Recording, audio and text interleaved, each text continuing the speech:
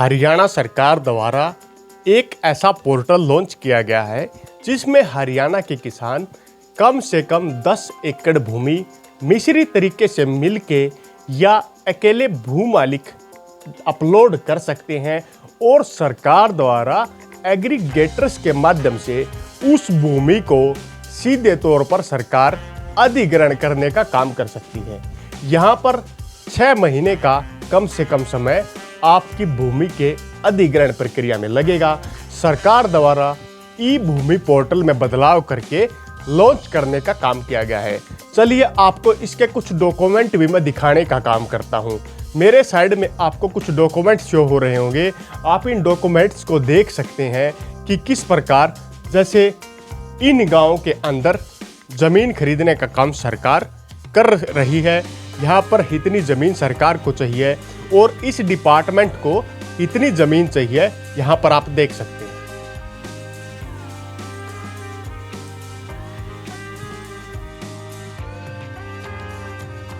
नमस्कार साथियों, हरियाणा सरकार द्वारा एक पोर्टल में कुछ बदलाव करके दोबारा से उसको लॉन्च करने का काम किया गया है। इस पोर्टल के अनुसार अब हरियाणा के किसान अपनी ज़मीन को सीधे तौर पर सरकार को बेच पाएंगे और सरकार उस ज़मीन पर नए नए प्रोजेक्ट लगाकर विकास कार्यों को आगे बढ़ाने का काम कर पाएगी। जी हाँ, हम बात कर रहे हैं ई भूमि पोर्टल की, यानी कि इलेक्ट्रॉनिक भूमि पोर्टल।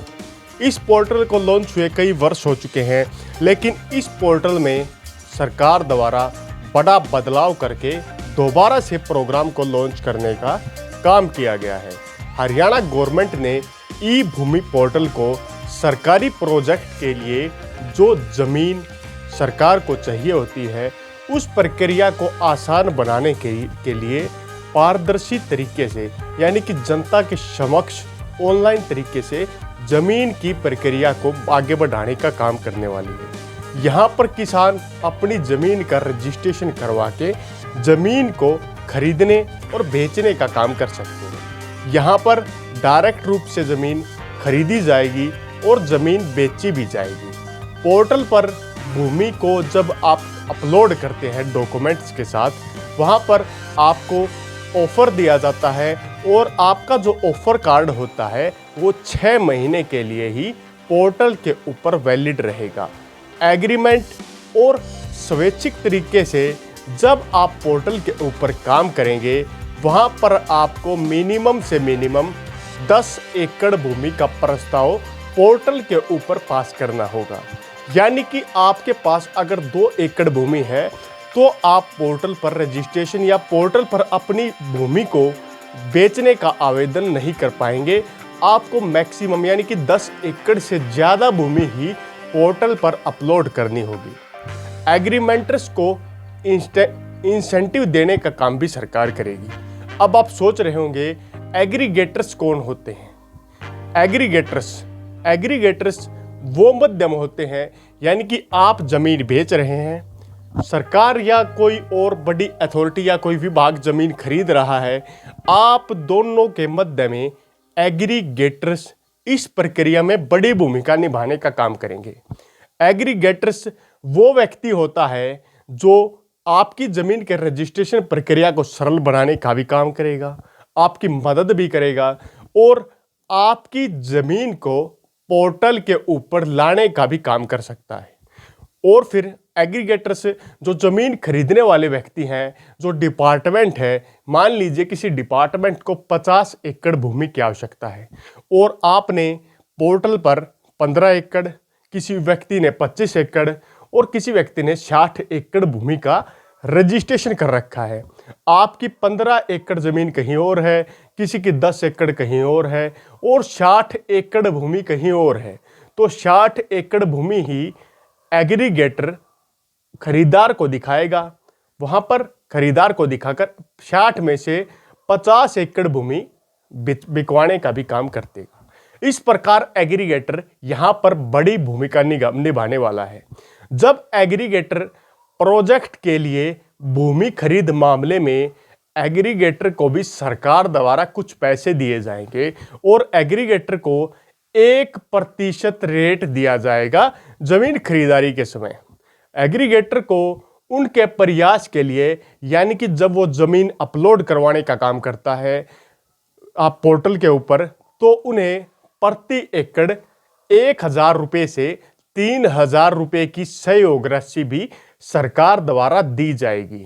यहां पर डिटेल अपलोड करने के लिए जब आपकी प्रॉपर्टी की डिटेल ऑनलाइन पोर्टल के ऊपर अपलोड की जाएंगी तो डिटेल्स की जानकारी के लिए वह डिटेल ऑटोमेटिक मोड पर चली जाएंगी और आपसे रिलेटेड जो खरीदार होगा उनके पास आपकी प्रॉपर्टी की डिटेल्स भी पहुंच जाएंगी कि आप किस जमीन को बेचना चाहते हैं। यहां पर अब रेट्स मंजूरी का एक खास टॉपिक भी आता है कि यदि रेट किस प्रकार तय किए जाएंगे।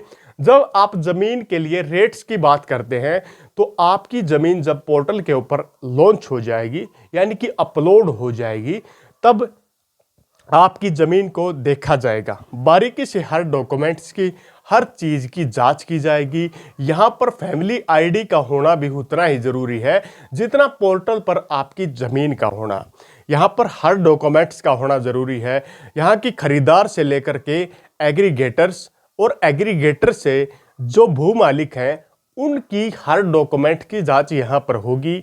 यहां पर रेट्स की मंजूरी के लिए यदि आपकी जमीन क्राइटेरिया कलेक्टर रेट्स के अंदर आता है तो आपकी जमीन को कलेक्टर रेट्स के माध्यम से डायरेक्ट रूप से हरी झंडी मिलने का काम होगा, यानी कि आपकी जमीन को तुरंत सरकार द्वारा अधिग्रहण कर लिया जाएगा और जल्द से जल्द इस प्रक्रिया में समय लगेगा। यदि रेट्स में बढ़ोतरी दिखाई देती है और रेट्स ज्यादा लगते हैं तो इसे डायरेक्ट तरीके से नहीं खरीदा जाएगा। इसके लिए हरियाणा सरकार की high power land purchase committee द्वारा ही फैसला लिया जाएगा और फैसले के, यानी कि आपके अपलोडिंग की डेट के लगभग 6 से 7 महीने के अंदर ही फैसला आ जाएगा कि आपकी जमीन सरकार कहां खरीद रही है। इस प्रकार इस पोर्टल पर यह काम किया जाएगा। यहां पर पोर्टल पर जानकारी के लिए जो एग्रीगेटर्स होंगे या जो जमीन बेचने वाले व्यक्ति होंगे उन्हें अपनी आईडी बनानी होगी। आईडी के माध्यम से ही आप पासवर्ड और यूजर नेम डाल करके पोर्टल में भाग ले सकते हैं, यानी कि पोर्टल को खोल सकते हैं। उसके बाद ही आप आगे की प्रक्रिया पर ध्यान दे पाएंगे।